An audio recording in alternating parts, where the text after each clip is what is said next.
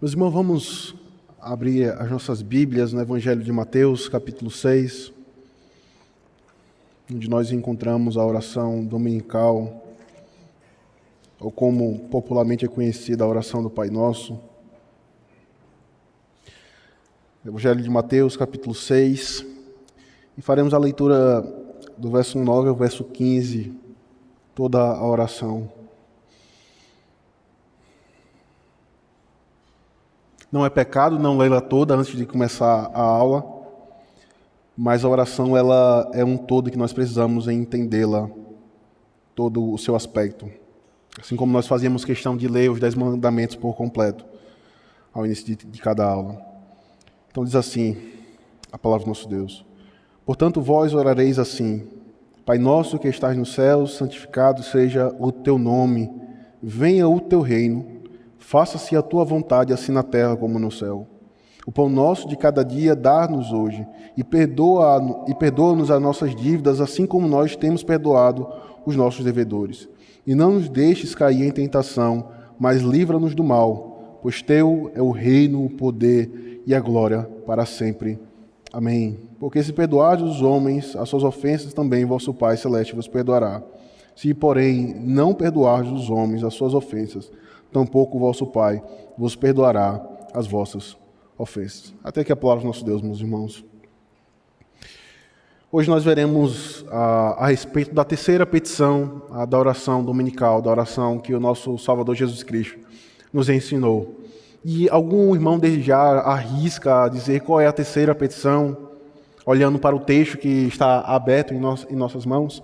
Domingo passado nós vimos com o presbítero Marcos Serra a expressão venha o teu reino, no verso 10. E a terceira petição, já que ninguém se arriscou, eu me arrisco, é faça-se a tua vontade, assim na terra como no céu. Essa terceira petição, meus irmãos, nós podemos nos arriscar e dizer que é uma das petições mais difíceis de serem obedecidas. Não que as demais não sejam, mas que essa petição ela vai ao encontro dos nossos corações a fim de mortificar um desejo que houve no coração dos nossos pais de fazer a vontade própria e não a vontade do nosso Deus. Quando nós olhamos para a sociedade da nossa época, nós percebemos que a ideia de ser contra a autoridade, a ideia de ser contra os pais, a ideia de ser contra qualquer tipo de autoridade que seja estabelecida sobre nós, está muito evidente na sociedade. Então, a ideia de tirar um governo, a ideia de tirar um pastor, a ideia do divórcio, porque eu não aceito a autoridade do meu marido, está muito presente em nossa sociedade. Então, o indivíduo ele não se submete ao governo quando esse se conforma à palavra do Senhor, ele não se submete às autoridades da igreja e nem se submete à autoridade do lar. Tudo isso porque ele não se submete a uma autoridade maior, a uma vontade maior que é a vontade do seu Criador, ao seu Deus. Perceba que isso é um reflexo do homem. Se ele não submete ao seu Criador, ele terá grande dificuldade de submeter a qualquer autoridade que seja colocada pela providência do Senhor, como nós já vimos, sobre a sua vida. Isso reflete em sala de aula, isso reflete em nossos relacionamentos, na igreja e até mesmo no Estado. E o que é que os nossos símbolos de fé, o que é que os nossos documentos falam a respeito dessa terceira petição? Pergunta de número 192 nos pergunta, o que pedimos na terceira petição? A resposta, na terceira petição que é, seja feita ou faça-se a tua vontade, assim na terra como no céu, reconhecemos que, por natureza, nós e todos os homens somos não só inteiramente incapazes e indispostos a conhecer e fazer a vontade de Deus, mas propensos a rebelar-nos contra a sua palavra e desanimar-nos e a murmurar contra a sua providência e inteiramente inclinados a fazer a vontade da carne, ou seja, a nossa e do diabo. Pedimos então nessa petição que Deus, pelo seu Espírito, tire de nós e dos demais toda cegueira, fraqueza, indisposição e perversidade do coração e pela sua graça nos faça capazes e prontos para conhecer, fazer e submeter-nos à sua vontade em tudo com humildade, alegria, fidelidade, diligência, zelo, sinceridade e constância, como os anjos fazem no céu. Então perceba que a terceira petição, ela é dividida em duas partes. Ela é dividida num assunto e no que nós pedimos. Nós falamos, faça-se a tua vontade. O assunto é esse. A forma como nós pedimos é como ela é feita nos céus. Assim como ela é plenamente aceita, assim como ela é plenamente executada, sem empecilho do pecado nos céus, assim faça aqui na terra, no meio do teu povo. Perceba que é uma consequência lógica. Porque a oração dominical, como ela é elaborada, como ela é construída, como Cristo nos ensinou, ela nos ensina a nos aproximarmos daquele que é Criador sobre todas as coisas, mas que também é o nosso Pai. Então Ele é soberano, mas Ele também é o meu Pai, por meio de Cristo Jesus. Mas também aquele que é soberano sobre todas as coisas e é o meu Pai por meio de Cristo, Ele também é o Criador e é o Rei de todas as coisas. E como consequência lógica, aquele que é rei tem uma lei. E aquele que tem uma lei tem uma vontade a ser executada, a ser realizada. Então, perceba que eu não posso pedir que a vontade do Senhor seja em minha vida enquanto Deus não for o meu Pai. Eu não posso pedir que a vontade de Deus seja feita em minha vida enquanto membro do seu reinado eu não me assentar à sua mesa por meio de Cristo Jesus. Perceba que, como eu fiz questão de dizer no início da aula, a oração ela é um todo que não pode ser dividida e nem ser separada. Porque se você divide, você então divide o próprio Cristo, que nos ensina a como nos aproximarmos do nosso Pai. E aqui então nós veremos no decorrer da aula, sentença por sentença do nosso catecismo. Perceba que o catecismo, principalmente o catecismo maior, é uma resposta extensa, é uma resposta longa. Ela então começa mostrando a nossa incapacidade, mas por fim ela nos mostra como nós podemos então obedecer à vontade do Senhor. E ela nos ensina, pedindo que Deus, pelo seu Espírito, tire de nós e dos demais toda a cegueira, e assim por diante. Então veremos então a primeira sentença que essa terceira petição nos ensina, ao dizer, ao pedirmos que a vontade do Senhor seja feita na terra como é nos céus, reconhecemos que, por natureza, nós e todos os homens somos não só inteiramente incapazes, indispostos a conhecer e fazer a vontade de Deus. Perceba que quando nós pedimos a Deus que a sua vontade seja feita em nossas vidas, o que está implícito é, Senhor, eu não consigo, por meio das minhas próprias forças, obedecer à tua vontade, à tua revelação, à tua lei. Por isso, ajuda-me, porque naturalmente, por natureza, eu sou incapaz e indisposto a conhecer e fazer a tua vontade. Isso me faz lembrar do que o apóstolo Paulo ele escreve em Romanos capítulo 8, ao mostrar o conflito que há no coração do crente.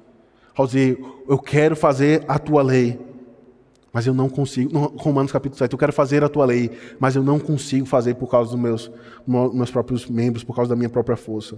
Porque eu sou inteiramente capaz e indisposto a conhecer e fazer a tua vontade. Então, o texto de Romanos 3 e capítulo 5 nos mostra justamente a incapacidade do homem, por natureza, de obedecer a lei. Abra lá comigo, por favor, Romanos capítulo 3. E veja o que o apóstolo Paulo nos diz a respeito do fato de sermos, por natureza, incapazes. Examinando mais essa expressão por natureza.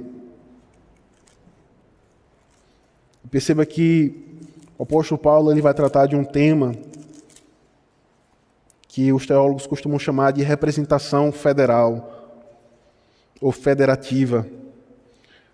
Eu não comi o fruto do jardim do Éden. Demis Roussos não comeu o fruto do jardim do Éden, mas pelo fato de ele estar sobre o seu cabeça, que era Adão, o seu representante federal, ele então caiu em pecado e ele é concebido em pecado. E ele se torna incapaz de obedecer à lei do Senhor. Veja o que o apóstolo Paulo diz em Romanos capítulo 3, a partir do verso 10. Como está escrito, não há justo nem um sequer. Não há quem entenda, não há quem busque a Deus. Todos se extraviaram, a uma se fizeram inúteis. Não há quem faça o bem, não há nenhum sequer. Então, o que o apóstolo Paulo nos mostra, por meio dessa afirmação, e quando nós olhamos para a terceira petição, nós percebemos que, por natureza, nós não temos a capacidade de obedecer à lei daquele que é o nosso rei. daquele que é o nosso Senhor. Veja, constantemente o apóstolo, o pastor Ageu, e sempre que possível eu também ressalto isso, Cristo ele não é apenas o nosso Salvador, mas ele também é o nosso Senhor. Nós vimos isso de forma indireta no sermão dessa manhã. O apóstolo Paulo, após ele se encontrar com Cristo, ele diz: quem é o Senhor? O que você quer que eu faça? Porque é da natureza. Aquele que redime a minha alma, ele também me dá a sua vontade. No entanto, eu preciso reconhecer que eu sou, por natureza, inclinado a ser contra a lei do Senhor, como também ser incapaz de obedecer aos seus mandamentos. O apóstolo Paulo agora, no capítulo 5, se você virar a página, ele nos diz, no verso 17 do capítulo 5, a respeito daquilo que Adão, como nosso cabeça federal, ele fez em nosso lugar, e isso trouxe consequências. Mas Cristo, como agora o segundo cabeça, ele faz.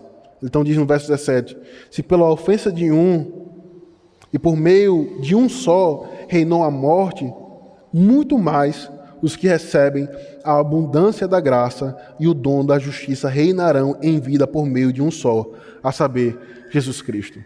Então, para que nós entendamos que o homem ele é incapaz, nós precisamos então voltar para o Jardim do Éden, a fim de entendermos a nossa incapacidade e a nossa indisposição. É por isso que muitas vezes você nota isso nas redes sociais ou na própria televisão, ímpios fazendo caridade, e como cristãos nós nos comovemos com aquilo, e nós achamos que aquele indivíduo está fazendo a vontade de Deus.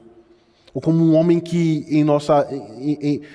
na empresa, no trabalho, é alguém moral, não fala de adultério, não fala de concupiscências. E daí nós pensamos, nossa, aquele homem ali só falta ser crente. Só falta conhecer a Cristo.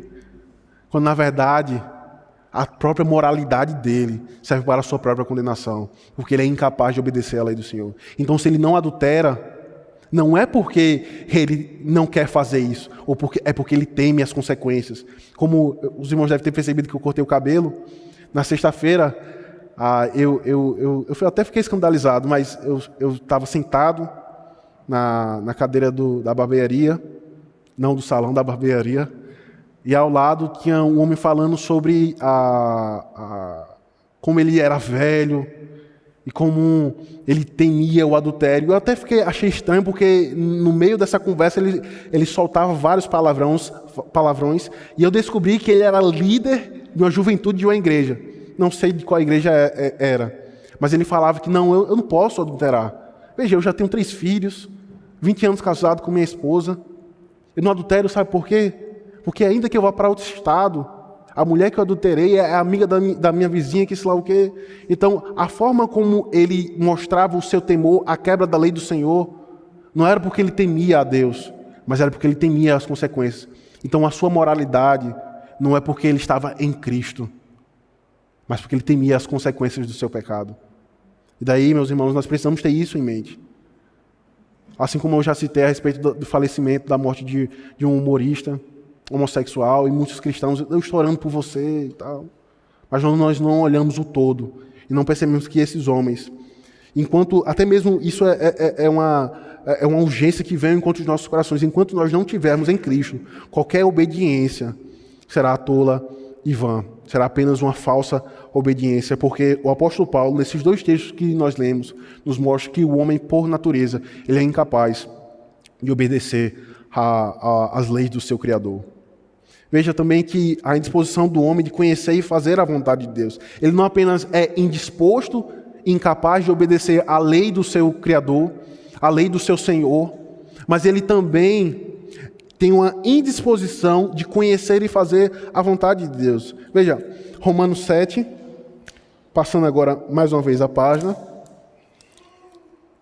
o apóstolo Paulo nos diz, a partir do verso 18, porque eu sei que em mim, isto é, na minha carne, não habita bem nenhum, pois o querer o bem está em mim, não porém o efetuá-lo.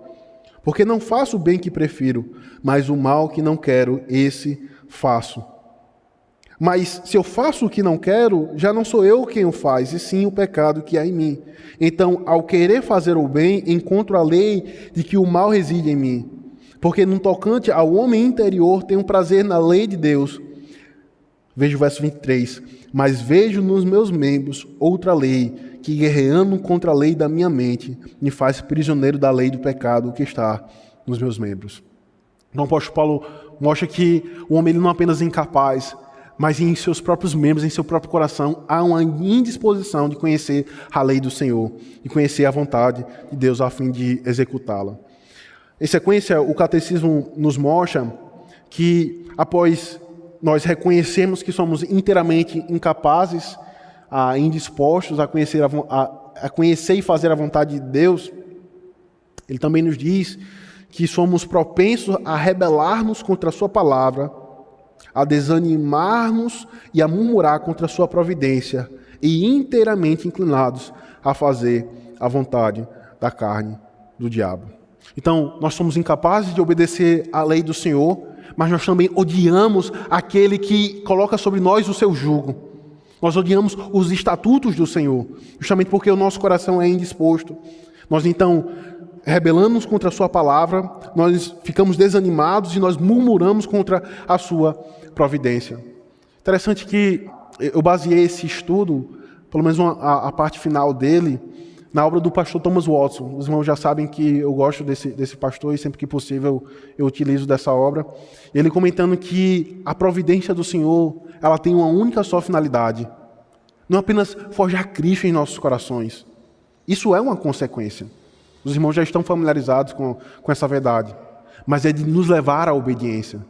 Porque soa bonito dizer que as aflições que o crente sofre nessa vida tem um propósito de conformar a sua alma ao seu Redentor. Porque assim como Cristo sofreu, nós então sofremos neste mundo. Soa bonito, mas na verdade nós nos conformamos ao nosso Redentor, quando nem em nosso sofrimento nós buscamos obedecer à lei do Senhor. Perceba, Cristo ele chorou, sofreu, mas em tudo isso ele diz, importa fazer a vontade daquele que me enviou. Senhor, aparta-me este cálice, mas seja feita a tua vontade. E como filho obediente eu entrego a minha alma a ti e o meu corpo em favor dos teus eleitos. Então perceba que nós só seremos conformados à imagem de Cristo se nós nos conformarmos à sua lei por meio da obediência. Então, quando o catecismo nos diz que nós somos incapazes por natureza, mas também nos diz que nós nos rebelamos à sua palavra e providência, isso pode soar estranho. Porque a providência ela tem justamente essa finalidade de nos levar à obediência. Porque qual o refrão? Qual o refrão dos 10 mandamentos? Faça-se a tua vontade. Ou faça a minha vontade. Esse é o refrão que ecoa-se por meio da lei do Senhor. Veja, o texto de Êxodo, capítulo 17, nos mostra justamente como que o povo do Senhor murmurou diante da providência do Senhor. Êxodo 17, a partir do verso 1 até o verso 7, diz assim: tendo partido toda a congregação dos filhos de Israel do deserto de Sim, fazendo suas paradas, segundo o mandamento do Senhor, acamparam-se em Refidim, e não havia ali água para o povo beber. Contendeu, pois, o povo com Moisés e disse: dar-nos água para beber. Respondeu-lhes Moisés: por que contendeis comigo?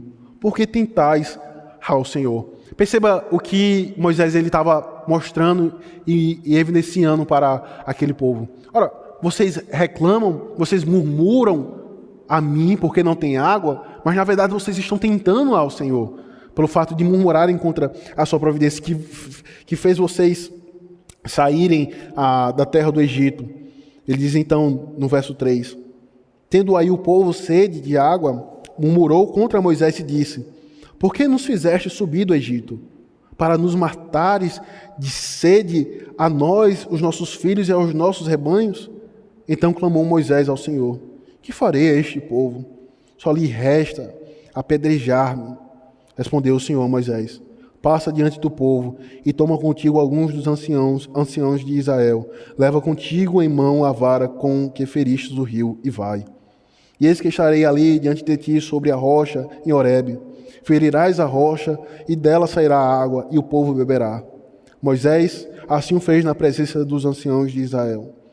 E chamou o nome daquele lugar Massá e Meribá, por causa da contenda dos filhos de Israel, e porque tentaram ao Senhor, dizendo: está o Senhor no meio de nós, ou não?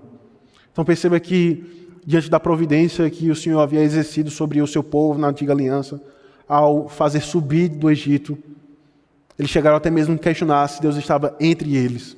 O Senhor que havia sustentado o seu povo com a coluna de fogo, o Senhor que havia sustentado a sua igreja com aquela nuvem que os impedia de serem queimados pelo sol do Egito.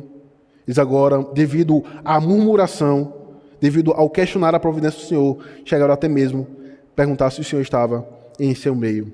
Então, em Números capítulo 14, também nós percebemos uma outra verdade que nos é mostrada em outra ocasião, onde nos é dito: todos os filhos de Israel murmuraram contra Moisés e contra Arão, e toda a congregação lhes disse: tomara tivéssemos morrido na terra do Egito, ou mesmo neste deserto. Perceba que o lamentar-se por estar passando uma aflição não é pecado em si. O salmista ele faz constantemente esse relato, essa expressão nos Salmos. O próprio Cristo diz: aparte de mim este cálice. Mas o grande ponto, a grande diferença é como nós lidamos com o sofrimento. Se nós nos calamos e buscamos obedecer à vontade do Senhor, se nós buscamos então dizer: Senhor, eu não consigo humanamente entender qual é o teu propósito nessa aflição, mas eis aqui o teu servo pronto e sincero a te obedecer. Então, esses dois versos nos mostram a tendência do homem de rebelar-se contra a palavra de Deus e contra a sua providência. Mas também o catecismo nos diz que nós somos inteiramente inclinados a fazer a vontade da carne e do diabo, a nossa vontade e a vontade de Satanás. Veja, um texto bastante conhecido pelos irmãos, Efésios capítulo 2, nos é dito que nós nos encontrávamos mortos em nossos delitos e pecados, nos quais andastes outrora segundo o curso desse mundo, segundo o príncipe da potestade do ar, do espírito que agora atua nos filhos da desobediência. Então, perceba, meus irmãos, como que o catecismo ele vai estruturando o que nós pedimos nessa petição. Ele nos mostra, em primeiro lugar, a nossa incapacidade, mas ele nos diz não apenas que nós somos incapazes de obedecer à lei do Senhor. Porque alguém pode pensar, por exemplo, que Romanos 7 se está se tratando de um não crente. E aqui eu sou cauteloso porque muitas pessoas boas que defendem a posição que é um não crente. Mas o catecismo nos diz que nós não apenas somos incapazes de obedecer à lei do Senhor, como é esse conflito no coração em Romanos capítulo 7, eu não consigo obedecer à lei do Senhor, mas o catecismo nos diz que nós odiamos e nós fazemos a vontade de Satanás. Ou seja, eu sou incapaz, mas eu também odeio a lei do Senhor. Então, quando eu olho para Romanos capítulo 7, eu percebo que sim, há uma incapacidade no coração do crente, mas ele ama a lei do Senhor. O seu prazer está na lei do Senhor, ainda que por meio de suas próprias forças ele não consiga obedecer à lei do Senhor. Mas expressões como: Senhor, o meu prazer está na lei. Quanto a mim, tocante a mim, o meu prazer está na tua lei. Mas percebo que há outra lei em meus membros que me fazem desobedecer à tua vontade. Então o catecismo nos diz exatamente isso. Somos incapazes, nós odiamos a lei do Senhor, nós murmuramos contra a sua providência, e nós, a parte de Cristo, estamos a fazer a nossa vontade e a vontade de Satanás. Lutero dizia que só há dois senhores. Ou nós estamos sobre o senhorio de Cristo, ou nós estamos sobre o senhorio de Satanás. Ou nós fazemos a vontade do Senhor que é revelada em sua lei, ou nós fazemos a vontade de Satanás. Há um meme que circula na internet dizendo: se te faz bem, se te faz feliz, não há problema. Assinado Satanás. E esse é o ponto. Nós pensamos que nós podemos fazer a nossa vontade enquanto nós não estamos nos envolvendo com Satanás. Quando, na verdade, se nós fazemos a nossa própria vontade, na verdade, nós estamos fazendo a vontade de Satanás. Cristo ele diz isso confrontando os fariseus daquele contexto. Vocês não cogitam das coisas do reino, porque o vosso pai é Satanás. Veja que o catecismo nos mostra que nós somos incapazes de fazer a vontade do Senhor, e é por isso então que nós pedimos: faça-se a tua vontade, seja feita a tua vontade. Mas também nos ensina o meio, a forma como eu devo fazer esse pedido, como eu devo executá-lo. Então ele diz: pedimos que Deus, pelo seu Espírito, tire de nós e dos demais toda a cegueira, fraqueza, indisposição e perversidade do coração do crente, do coração do cristão. Veja, permita-me aplicar também ao que foi pregado nessa manhã. Note que quando o catecismo diz: tire de nós e dos demais, isso é uma evidência de uma verdadeira conversão, como também uma evidência de um verdadeiro testemunho. Eu não apenas desejo obedecer à lei do Senhor, mas eu quero que as pessoas que estão à minha volta também possam obedecer à lei do Senhor.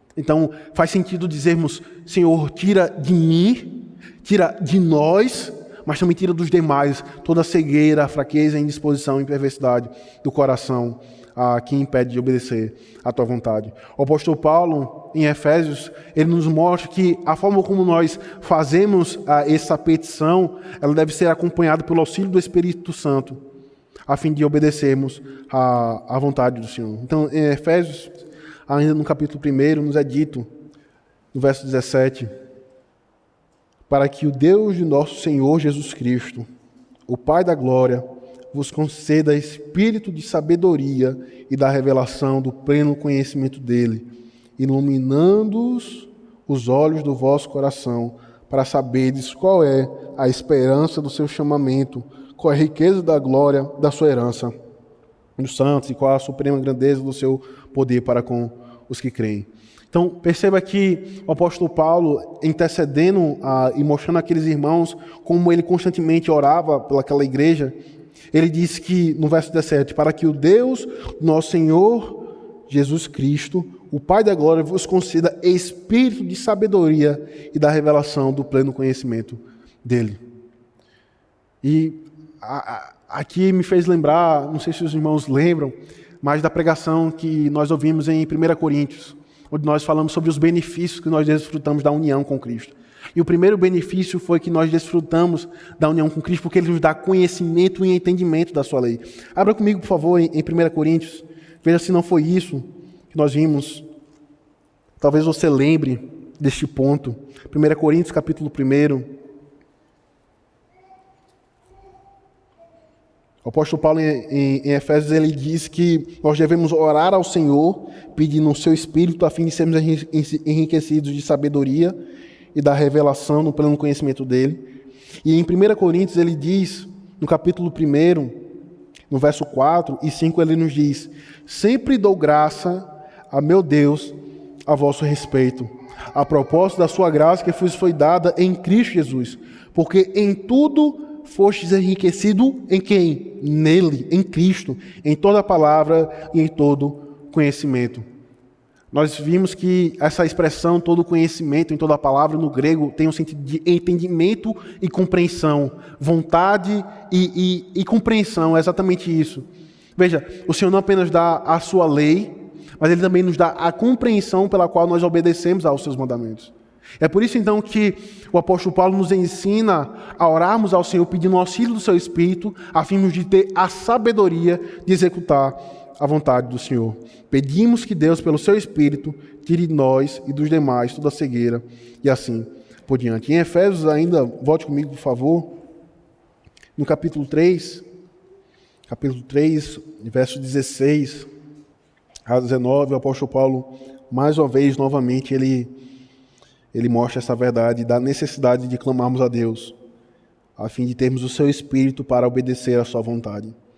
Para que, segundo a riqueza da sua glória, vos conceda que sejais fortalecidos com poder, mediante o seu Espírito no homem interior, mediante o seu Espírito, e assim habite Cristo no vosso coração, pela fé, estando vós arraigados e alicerçados em amor, a fim de poderdes compreender com todos os santos qual é a largura, o comprimento e a altura e a profundidade, e o conhecer o amor de Cristo, que excede todo entendimento, para que sejais tomados de toda a plenitude de Deus. O apóstolo Paulo diz que nós devemos orar a Deus pedindo no seu Espírito, a fim de compreendermos a obra de Cristo. Perceba que esse é um grande desafio na caminhada cristã. Nós lutamos contra os nossos pecados e nós, por vezes, ficamos desanimados. E nós ficamos nos questionando, Senhor, por que eu não consigo vencer determinado pecado? Eu amo a tua lei. Eu amo aos teus decretos. Mas eu não consigo lutar e vencer esse pecado. Na verdade, a nossa oração deveria ser: Senhor, pelo teu Espírito Santo, me faz compreender o que significou a morte de Cristo, a fim de que eu possa amar e ter deleite e prazer mais na obra de Cristo do que no pecado. O pecado, meus irmãos, ele sempre, não é às vezes, ele sempre se mostra atraente e desejoso. É por isso que Cristo e o apóstolo Paulo nos ensina: vigiai. A carne é fraca, o espírito está pronto, mas a carne é fraca. A tentação, o pecado, ele é sempre desejoso aos nossos olhos. O fruto, como nos é dito, era desejoso para Eva, era de boa aparência. Mas enquanto, a semelhança de Eva, não entendemos quem é nosso Deus, não entendemos o que Ele fez, todo pecado será mais glorioso do que a obra de Cristo. É por isso a importância e a necessidade, porque eu me prostro diante do Senhor: Senhor, eu sou incapaz, e por vezes eu odeio a Tua lei, eu odeio guardar o dia do Senhor, eu odeio não mentir, eu odeio não roubar, mas me concede o Teu Espírito a fim de que eu possa compreender a obra de Cristo em minha vida, para então ter a cegueira removida dos meus olhos, para então contemplar a maravilha da Tua lei e assim ter gozo e prazer nela, porque ela procede da boca do próprio Cristo. Como nós já vimos em outra aula de EBD. Na verdade, foi o próprio Cristo que deu a lei a Moisés. Abra comigo agora em Jeremias, um profeta maior, necessidade de nós clamarmos ao Senhor por arrependimento e pedindo que Ele remova de nós toda a cegueira e fraqueza. Jeremias capítulo 31, versos 18 e 19. Bem ouvi que Efraim se queixava, dizendo: castigaste-me, e fui castigado como novilho ainda não domado. Convertei-me e serei convertido, porque Tu és Senhor, meu Deus. Na verdade, depois que me converti, arrependi-me. Depois que fui instruído, bati no peito. Ou seja, feitiei a minha própria carne, porque agora eu entendi a compreensão e a gravidade do meu pecado. Fiquei envergonhado, confuso, porque levei a maldição, o opróbrio da minha mocidade. Perceba, Jeremias nos mostra que o arrependimento, ele só pode ser concedido por meio de Cristo Jesus, por meio do próprio Deus. Mas uma vez concedido, isso nos leva a reconhecer quão vil era o nosso pecado, a ficarmos envergonhados e a batermos no nosso peito. A expressão é: bater em minha própria carne, a fim de perceber quão vil era a minha mocidade. Levei o opróbrio da minha mocidade. Então, recapitulando, meus irmãos, o catecismo nos ensina a nossa incapacidade, como também nos mostra que nós odiamos a lei do Senhor, mas a forma pela qual nós combatemos essa tendência que há natural no nosso coração é rogando ao Senhor pelo seu Espírito, a fim de sermos convertidos para amarmos a sua lei, mas também de estarmos constantemente pedindo auxílio do Espírito Santo para obedecer aos seus mandamentos. E o catecismo, então, já caminhando para o fim, ele diz: e pela sua graça nos faça capazes e prontos para conhecer e fazer e submeter-nos à sua vontade em tudo. A forma com humildade, com alegria, fidelidade, diligência, zelo, sinceridade e constância. Esse é um grande desafio na vida cristã. Nós, por vezes, nos submetemos à lei do Senhor, mas não com alegria. Nós nos submetemos até com zelo, até com uma certa diligência, até mesmo com uma certa constância. Mas nosso prazer está em qualquer outra coisa, menos na lei do Senhor. Eu até saio de casa e venho para o culto ao Senhor porque Ele me ordena, mas às vezes não com alegria. E então nessa petição, quando eu digo: Senhor, faça-se a Tua vontade, então eu também estou reconhecendo, eu também estou pedindo a Ele que por Sua graça eu seja capaz de conhecer aos Seus mandamentos, de fazer e submeter a aquilo que Ele ordena. Veja o que o salmista diz no Salmo 119, um salmo que é bastante conhecido pela exaltação que o salmista tem da lei do Senhor. Salmo 119, 33 ao verso 35. nos é dito, quando nós oramos a Deus pedindo que, pela sua graça, nos torne capazes de conhecer aos seus mandamentos. Ensina-me, Senhor, o caminho dos teus decretos, e eu seguirei até o fim. Dá-me o entendimento, guardarei a tua lei, e todo o coração a cumprirei. Guia-me pela vereda dos teus mandamentos, pois nela me comprazo. Perceba que o salmista, diante do Senhor, ele pede para que Deus possa ensinar ao seu coração os caminhos dos seus decretos, a fim de que agora, de todo o coração, ele possa cumprir aos seus mandamentos. Guia-me pela vereda dos teus mandamentos, pois nela me comprazo. Perceba que nós somos constantemente alertados na palavra do Senhor a conhecer quem é o nosso Deus. Mas, ao mesmo tempo, nós somos alertados quanto à ignorância de não conhecer. Porque talvez você diga, ok, eu não consigo entender, eu sou ignorante, eu sou lento, eu sou devagar. Mas perceba que a palavra do Senhor nos mostra e nos ensina que nós devemos nos pedir ao Senhor que Ele nos guie a sua lei a fim de entendermos qual é a sua vontade. Porque nós não podemos adorar ao Senhor, nós não podemos nos aproximarmos dEle enquanto nós não entendemos a sua vontade. Perceba a importância disso. Porque você pode dizer, não, eu não consigo entender. Mas ao mesmo tempo a palavra do Senhor condena aqueles que são ignorantes. E é justamente isso que a palavra do Senhor nos condena. Vocês estão perecendo porque lhes falta conhecimento. O meu povo perece porque lhes falta conhecimento. Cristo ele vai dizer, confrontando novamente aos fariseus, vocês erram porque vocês não conhecem as Sagradas Escrituras. Então, ao mesmo tempo que eu sou chamado ao Senhor a conhecer a sua vontade, porque eu não posso obedecê-la enquanto eu não a conhecê-la, ao mesmo tempo o Senhor nos alerta quanto ao perigo da ignorância. Ao dizer, não, eu não irei me conhecer, porque quanto maior o conhecimento, maior a cobrança. Mas ao mesmo tempo, a Igreja Católica, nós veremos isso mais à frente, ela diz que a devoção, ela diz que a ignorância é uma evidência da devoção. Ou seja, um culto que é ignorante, onde as pessoas não entendem o que fazem.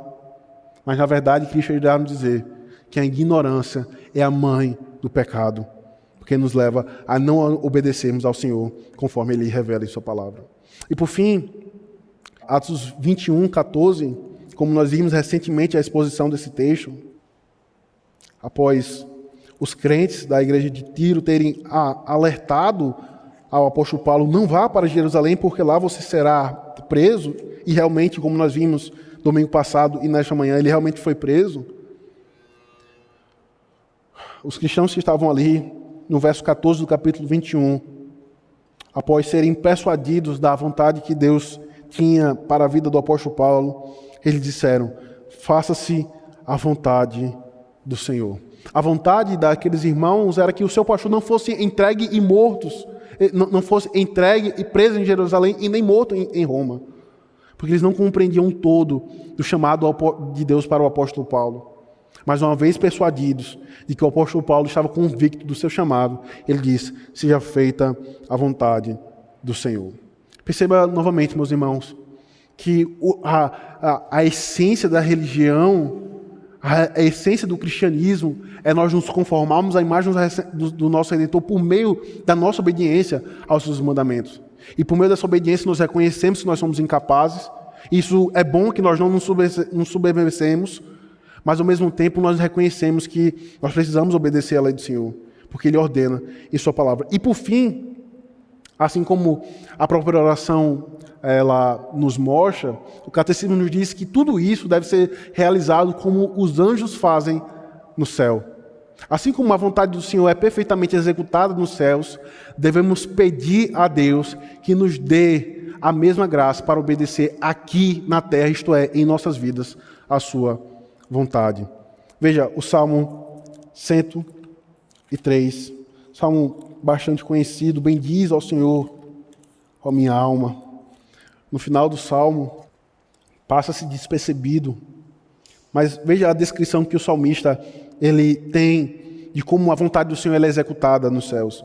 No verso 20, ele diz: bendizei ao Senhor todos os seus anjos, valorosos em poder, que executais as suas ordens e lhes obedeceis a palavra.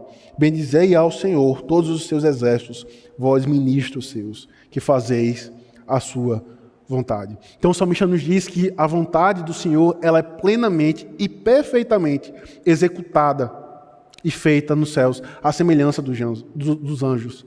Então o nosso desejo, a nossa oração deve ser: Senhor, assim como a tua vontade ela é executada nos céus por meio dos anjos e por meio dos crentes que já se encontram com o Senhor, assim como essa vontade ela é feita nos céus, que aqui na terra a tua igreja também possa fazer a tua vontade. Isso nos leva também, meus irmãos, a pensarmos. Aqui nós vimos uma exposição do breve catecismo. Perceba que eu fiz uma questão de colocar bastante versículos a fim de entendermos sentença por sentença. E já caminhando agora para a segunda parte da nossa aula, nós veremos então um aspecto mais sistemático. O que é que significa a vontade do Senhor, por exemplo? Em que sentido a Bíblia fala da vontade de Deus? A Bíblia fala da vontade de Deus de duas formas: a vontade revelada e a vontade secreta, ou a vontade decretiva. E algum irmão aqui consegue fazer essa distinção do que seja a vontade revelada e do que seja a vontade secreta de Deus? O que seria a vontade revelada de Deus?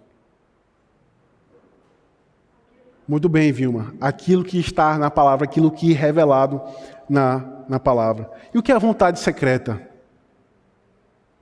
O que é a vontade secreta? Muito bem, Tainá. A vontade secreta é aquilo que não nos é concebido a entender. Thomas Watson diz que é aquela vontade que está cravada e presa no coração de Deus, cujo somente a Trindade consegue entender. Veja, usar alguns exemplos para que os irmãos possam entender. Nós costumamos dizer,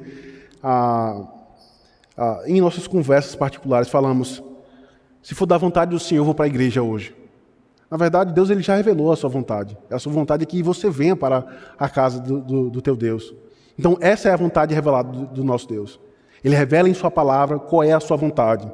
Veja, João, capítulo 14. Veja como que Cristo ele fala a respeito da vontade do seu Pai. 14, 21. Perceba que a vontade do Senhor ela é revelada nos 10 mandamentos e no todo de sua palavra. E Cristo nos diz no verso 21 de João capítulo 14: aquele que tem os meus mandamentos e os guarda, esse é o que me ama. E aquele que me ama será amado por meu Pai, e eu também o amarei e me manifestarei a Ele. Então, a vontade revelada do Senhor, a vontade revelada de Deus é aquela que está expressa claramente em sua palavra. Mas a vontade secreta é justamente aqueles desígnios que nós não temos conhecimento, que é justamente os decretos do Senhor. Por exemplo, alguém sabe aqui, ou alguém teria a ousadia de levantar a mão e dizer quando que Cristo voltará? Essa, por exemplo, é uma vontade secreta do Senhor. Ou veja, alguém pode dizer qual é o propósito de eu perder um membro da minha família? Eu não sei. O Senhor sabe. Então, essa é a vontade secreta do Senhor.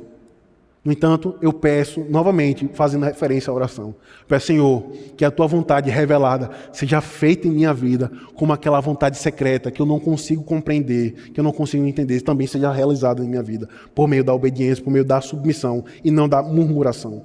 Romanos capítulo 11, o apóstolo Paulo, em uma doxologia, ele diz... Ele usa justamente essas expressões da vontade secreta do Senhor. Romanos capítulo 11, verso 33. Ó profundidade da riqueza, tanto da sabedoria como do conhecimento de Deus. Quão insondáveis são os teus juízos, e quão inescrutáveis os seus caminhos. Quem, pois, conheceu a mente do Senhor, ou seja, a vontade secreta? Ou quem foi o seu conselheiro? Ou quem primeiro deu a ele para que ele venha a ser restituído? Porque dele e por meio dele e para ele são todas as coisas. A ele, pois, a glória eternamente. Amém. Perceba que essa é a postura quando nós entendemos a vontade secreta do Senhor. Entendemos. Nós não sabemos o seu propósito. Nós não sabemos o que acontecerá, mas no fim nós diremos: seja feita a vontade do Senhor, a Ele eternamente a glória. Amém. Então, após entendermos em que sentido a Bíblia fala da vontade de Deus, nós vimos que é a vontade revelada e a vontade secreta, e por essas duas nós oramos ao Senhor. Nós então devemos entender por que é necessário fazer a vontade de Deus. Até então, a vontade do Senhor, como terceira petição da oração, ela está em nossas mentes. Mas talvez ela não tenha descido aos nossos corações. E é aí que nós precisamos ser chamados e mostrado a necessidade de se fazer a vontade do Senhor. Então, por que é necessário fazer a vontade de Deus? Em primeiro lugar, porque Deus não é apenas o nosso Pai, como nos é ensinado no início da oração, por meio de Cristo, mas Ele é o nosso Senhor. Então, é da natureza da criatura se submeter à vontade do seu Criador. Em segundo lugar, porque ao fazermos a vontade do Senhor, evidenciamos sermos verdadeiros cristãos. Veja, Thomas Watson, ele comentando sobre esse segundo ponto, ele fala: não pode ser digno de ser chamado comerciante aquele que não trabalha em seu ofício. Da mesma forma, não pode ser chamado de cristão aquele que não obedece à lei do seu Senhor. Ele constantemente faz essa ilusão ao senhorio de Cristo. Porque ao fazermos a vontade do Senhor, evidenciamos sermos verdadeiros cristãos. E essa é a grande distinção. Nós não iremos sermos distintos dos hipócritas enquanto nós não executarmos a vontade do Senhor. E ele ainda fala mais: enquanto nós não fazemos a vontade do Senhor, nós seremos semelhantes aos demônios e a Satanás. Pasmem, eles têm maior conhecimento da lei do Senhor do que nós homens.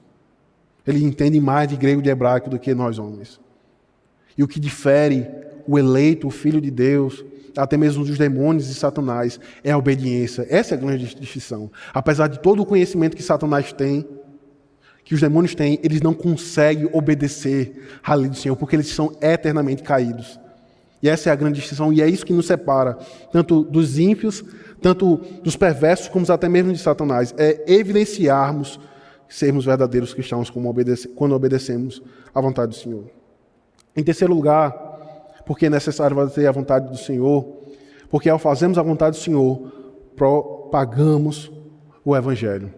Propagamos o Evangelho. Perceba, novamente, eu percebi que alguns fizeram uma expressão um pouco estranha quando eu afirmei isso.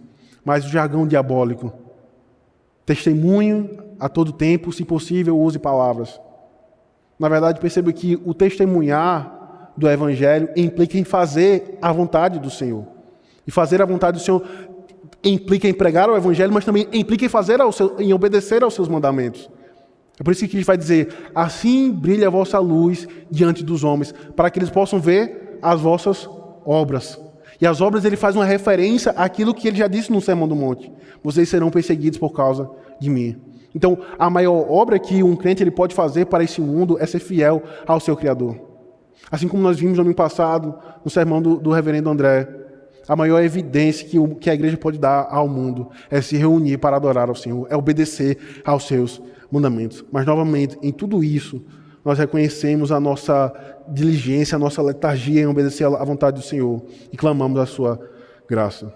Então nós vimos em que sentido a Bíblia fala da vontade de Deus, nós vimos por que é necessário fazer a vontade de Deus e de que maneira devemos fazer a vontade de Deus. Em primeiro lugar, conforme Ele ordena em sua palavra. Nós não podemos fazer a vontade do Senhor enquanto nós não nos conformarmos àquilo que Ele ordena em sua lei. Thomas Watson, de forma brilhante, mais uma vez, no sentido de ilustrações, ele fala: se um homem constrói uma casa e o dono não se agrada de como ela é feita, isto é, não está de acordo com a sua mente, ele pensa que todas as suas despesas foram perdidas. Então, se não fizermos a vontade de Deus da maneira correta, ela não será aceita. Devemos não apenas fazer o que Ele designa, mas como Ele ordena. Aqui está o próprio sangue vital da religião. Não apenas fazer de forma genérica a vontade do Senhor, mas é fazer como Ele ordena. Isso aqui trata de forma direta no assunto do culto público ao Senhor. Nós pensamos que nós podemos inserir elementos estranhos no culto ao Senhor, porque nós pensamos que Ele irá se agradar quando na verdade o que ele ordena, o que ele pede é que seja feito como ele designa, como ele ordena em sua palavra. Continuando ainda, de que maneira devemos fazer a vontade de Deus? Quando preferimos a vontade de Deus antes de todas as outras. Abra comigo em Atos dos Apóstolos, capítulo 4, do verso 19 ao verso 20. Quando Pedro e João estavam no Sinédrio. Mas Pedro e João lhes responderam: julgai ser justo diante de Deus, ouvir-vos antes a vós outros do que a Deus. Pois nós não podemos deixar de falar das coisas que vimos e ouvimos. Então, a maneira pela qual eu faço a vontade de Deus é preferindo a vontade de Deus acima da minha e dos homens, como o texto nos mostra. Ora, julgai ser justo diante de Deus, ouvir-vos antes a vós outros do que a Deus. Ou seja, o que convém é fazer a tua vontade ou a vontade de Deus. O que convém é obedecer àquele que redimiu a minha alma ou àquele que paga o meu salário, quando me pede para fazer algo ilícito. E assim por diante, você pode aplicar essa verdade. Veja o que também nos é dito no profeta Daniel, o exemplo que aqueles jovens deram ao rei Nabucodonosor diante da idolatria. Daniel, capítulo 3, verso 17 até o verso 18. Se o nosso Deus, a quem servirmos, quiser livrar-nos, Ele nos livrará da fornalha de fogo ardente e das suas mãos, ó Rei. Se não, fica sabendo, ó Rei, que não serviremos a teus deuses, nem adoraremos a imagem de ouro que levantastes. Ora, eles só puderam afirmar isso, que eles não iriam se curvar diante da imagem do rei Nabucodonosor, porque eles entendiam a vontade do Senhor, que era: não façais imagem, nem no céu, nem na terra, e nem as adorarás. Então era porque eles entendiam e conheciam a lei do Senhor, é que eles então podiam dizer: eu não irei me curvar diante da tua imagem. Nós obedecemos à vontade do Senhor quando preferimos a vontade de Deus antes de todas as outras. De que maneira, então, por fim, meus irmãos, último slide, devemos fazer a vontade de Deus? Obtendo um conhecimento a respeito de quem é Deus e o que Ele ordena. Veja, o texto bastante conhecido aqui de Oséias, que eu já até citei nessa manhã, onde Deus ele condena o seu povo, e especialmente os profetas, porque eles estavam se apartando da lei do Senhor e se entregando a um culto idólatra, e a conclusão de Deus é: vocês estão perecendo, vocês estão profanando o meu culto porque eles faltam o conhecimento. É porque vocês estão rejeitando o conhecimento de quem eu sou, da minha natureza, dos meus mandamentos, é que vocês têm se apartado de mim. Eu sou o Deus que vos tirei da terra do Egito, mas pelo fato de vocês estarem desprezando o conhecimento de Deus, vocês têm profanado ao meu nome. E em Cristo, em Mateus, capítulo 22, novamente, confrontando aos fariseus, ele diz: errais por não conhecer as Escrituras. Mateus capítulo 22, verso 29. Respondeu Jesus: errais não conhecendo as Escrituras nem o poder de Deus. Por fim, meus irmãos, Thomas Watson conclui: devemos conhecer a sua vontade antes de podermos fazê-la. Veja a importância. Nós, como homens que somos inclinados à nossa própria justiça, nós sempre queremos fazer, ao invés de entendermos a vontade do Senhor. O conhecimento é o olho que dirige o pé da obediência. Os papistas fazem da ignorância a mãe da devoção, mas Cristo torna a ignorância a mãe do erro. A afeição sem conhecimento é como um cavalo cheio de coragem, mas cujos olhos estão cegos. A afeição sem conhecimento é como um cavalo cheio de coragem, mas cujos olhos estão cegos. Perceba a importância, meus irmãos, de conhecermos a lei do Senhor. Nós podemos ser crentes zelosos, fervorosos, mas a nossa adoração, a nossa piedade privada, ela não será aceita diante do Senhor enquanto nós não conhecemos a sua lei, os seus atributos, quem Ele é, enquanto não buscarmos fazer aquilo que Ele ordena. Fantástico. A afeição sem conhecimento é como um cavalo cheio de coragem, mas cujos olhos estão cegos. Que o Senhor nos abençoe, meus irmãos, a fim de clamarmos constantemente que a vontade dele seja feita em nosso meio. Isso traz implicações diretas em nossa vida. Às vezes, quando o conselho da igreja decide fazer alguma modificação na liturgia ou no culto, alguns irmãos se levantam e falam: mas há tanto tempo foi assim, por que mudando agora? Porque o conselho da igreja, porque o corpo de Cristo está constantemente dizendo: seja feita a tua vontade e não a nossa vontade.